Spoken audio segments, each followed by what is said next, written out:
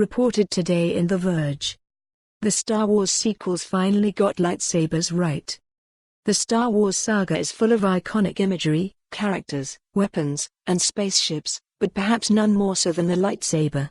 They're powerful weapons and tools, and we're told time and again throughout the films how important they are. Each weapon marks the personal style of its Jedi wielder, and how critical it is that each warrior never lose theirs. But it wasn't until the modern prequel Star Wars movies that the lightsaber really came into its own on film. And that has to do with a subtle change that finally gave the weapons their namesake quality by actually casting light. There's a subtle wrongness that permeates the sabers in both the original trilogy and the prequel Star Wars films that makes them always feel a step removed from the actual events on screen, thanks to that isolated aspect. But to understand how the sequel trilogy, The Force Awakens, The Last Jedi, and The Rise of Skywalker, got lightsabers so right, we first need to take a trip down memory lane to look at cinematic lightsaber tech of ages past.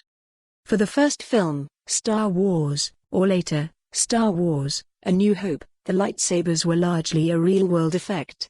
As detailed in a 2004 featurette titled The Birth of the Lightsaber, the early sabers consisted of a rotating pole that had reflective tape applied to it, creating the glowing effect.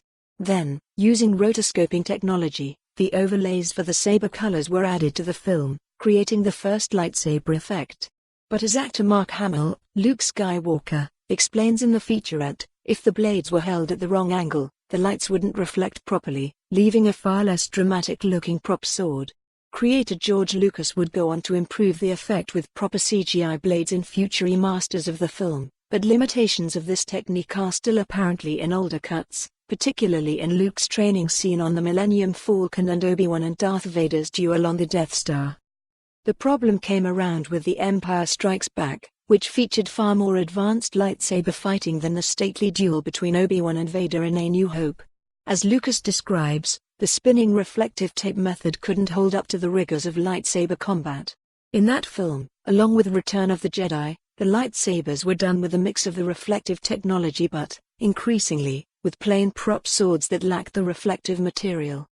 But thanks to advances in special effects, post-production techniques were used to add the entirety of the lightsaber effect, with the prop blades serving to help accurately choreograph the fights on set.